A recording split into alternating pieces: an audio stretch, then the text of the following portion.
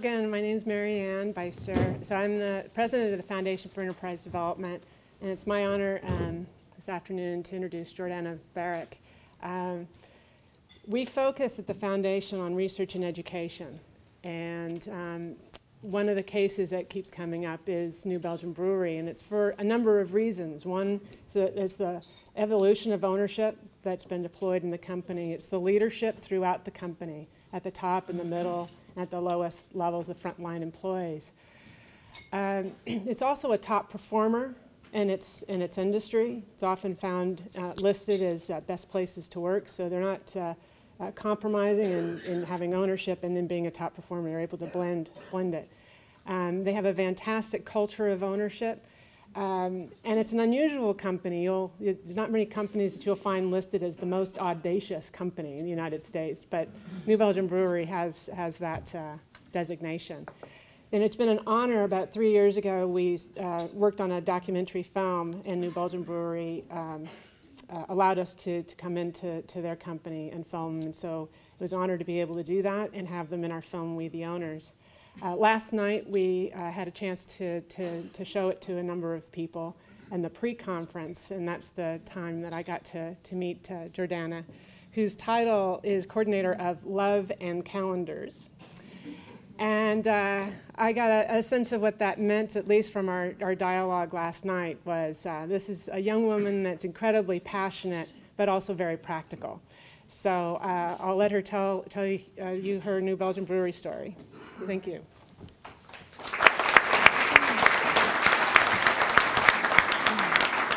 Hi, can you guys hear me all right out there? All right, thank you, Mary, for the introduction. Again, my name is Jordana, and I'm from New Belgium Brewing Company. How many of you guys have heard of New Belgium? Okay, that's pretty good. We actually just rolled into the Ohio market this last year, so we're pretty excited to be here. How many of you are beer drinkers? And how many of you drink craft beer? Okay, that's awesome. That's good to see. There's more awareness around craft beer these days. So I was going to tell you New Belgium's history and story, how we came to be. Larry and I have actually just been having a conversation about the lost art of storytelling, and that's kind of what I am for the brewery, is I'm a storyteller. And so New Belgium got its start, actually the craft brewing industry got its start back in 1979 when Jimmy Carter was president. He put a law in place that legalized home brewing.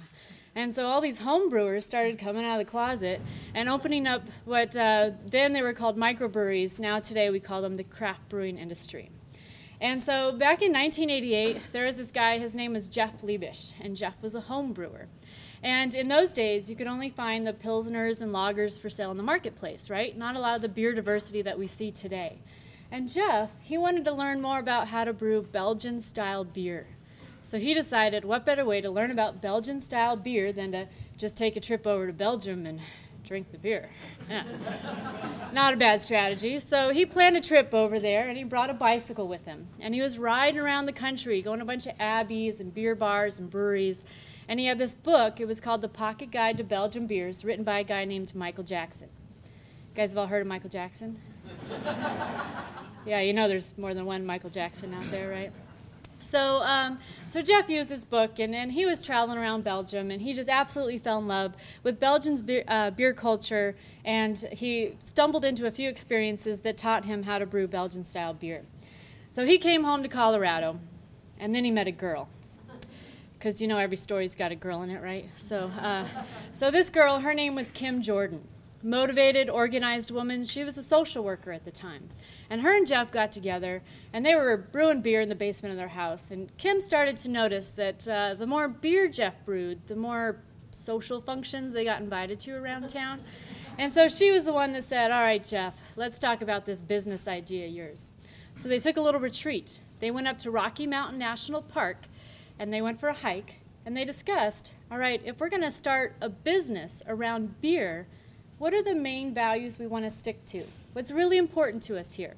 And they decided right then that brewing world-class beer would be number one, that being sustainable would be number two, and that having fun would be number three.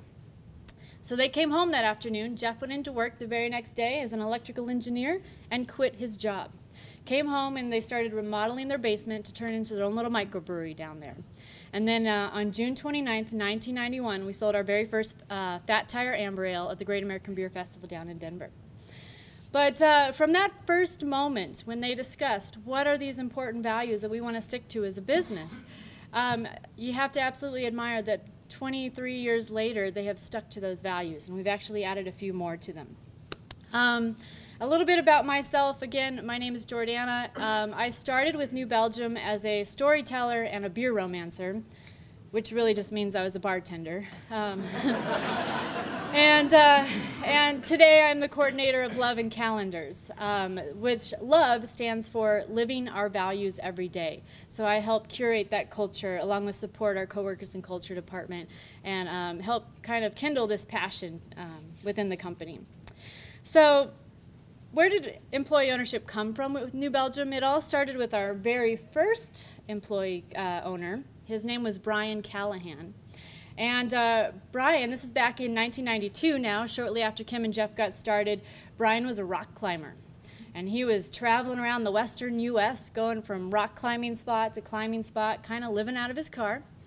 And even though he was a bit of a climbing bum at the time, he still had big aspirations for himself in life. He wanted to own his own brewery someday. He wanted to open a brew pub on the East Coast, even though he had no brewing experience yet. Sorry, they're having a hard time hearing. So I'll step up. Is that better? Ooh, even I hear that now. So Brian, he was up in Wyoming at a climbing area, and he caught wind of what Kim and Jeff were doing down here in Fort Collins in the basement of their house, and he said, I think I need to meet those guys.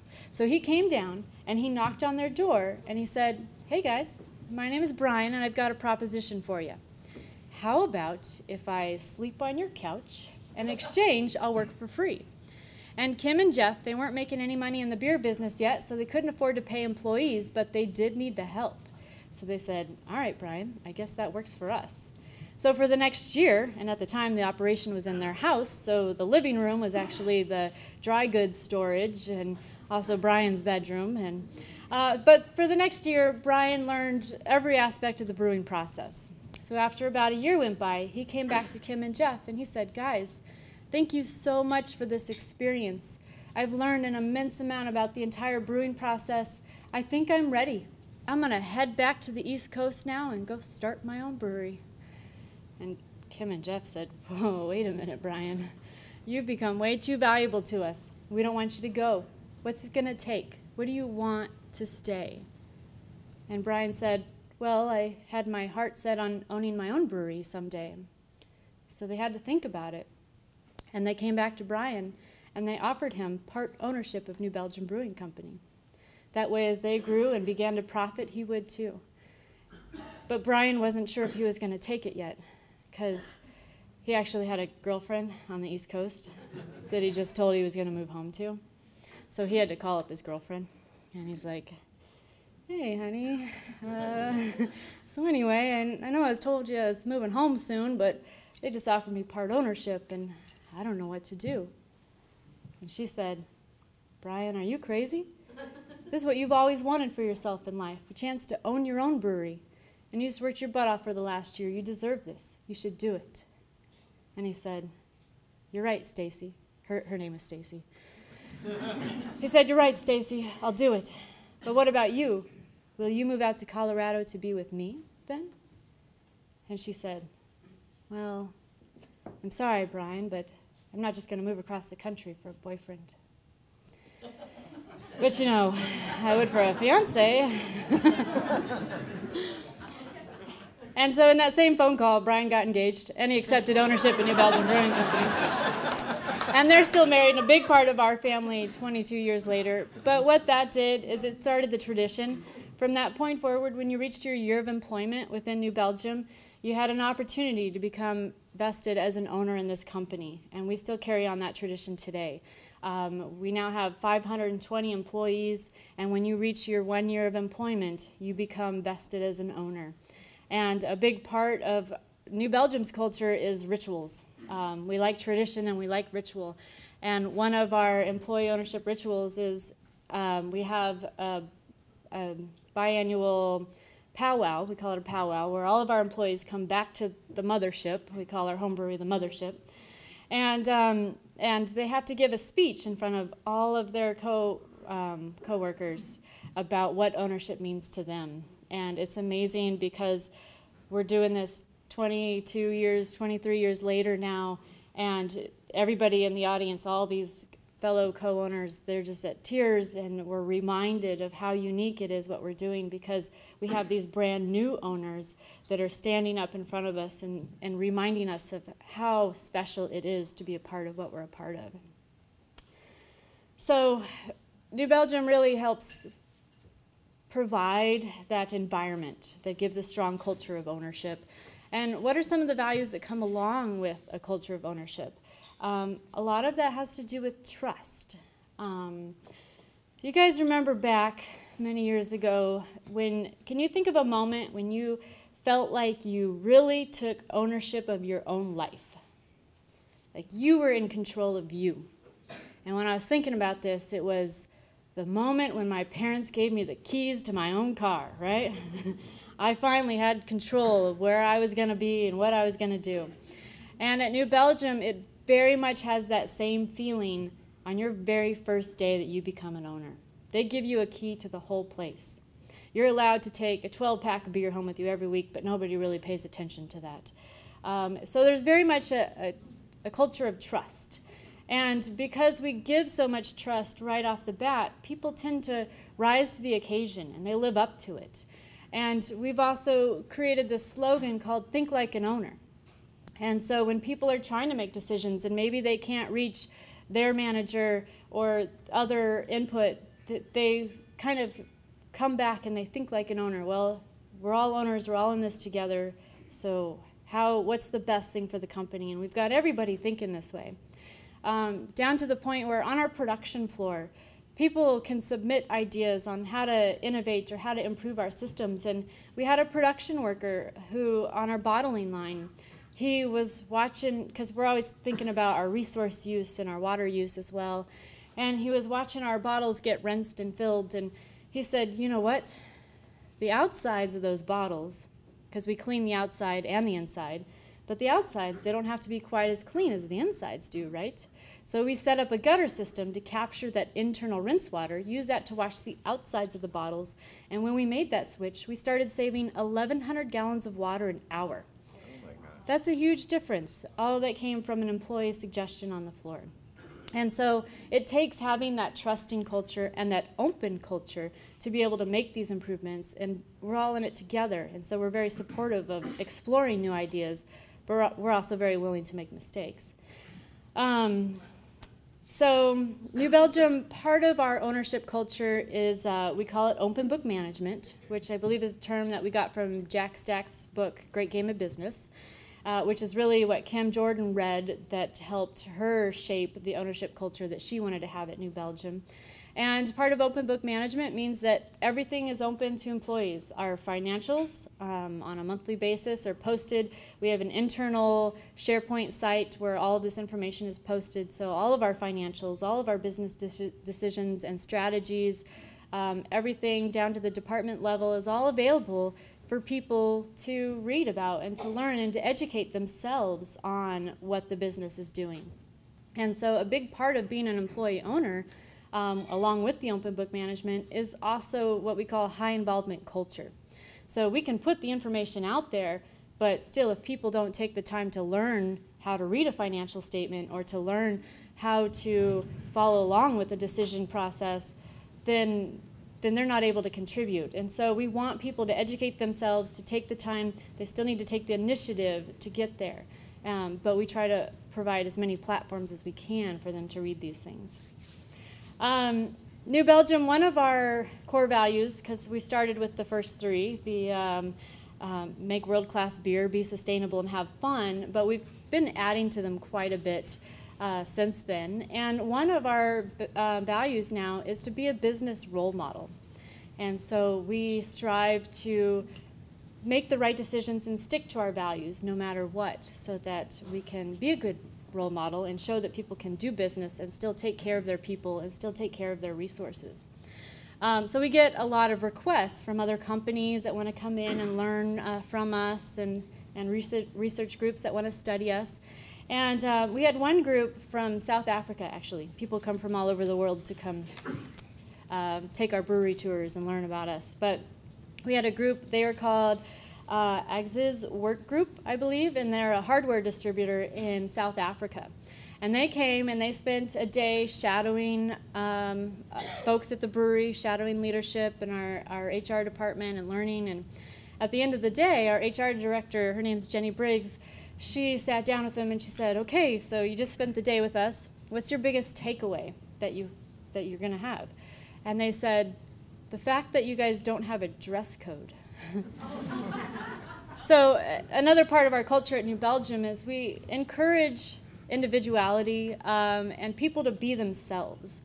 And what this company from South Africa realized is they, in their country and their town, their culture was that everybody wore uniforms because the uniforms helped unify the group and that made them one. But they realized that until people could learn to own themselves, whether that's by their dress or their personality or just being themselves, until they could learn to own themselves, they wouldn't understand what it meant to own together in a company. And so it was really interesting to see that perspective on things. So that kind of goes back to owning your own job title, even, with my job titles that I've shared.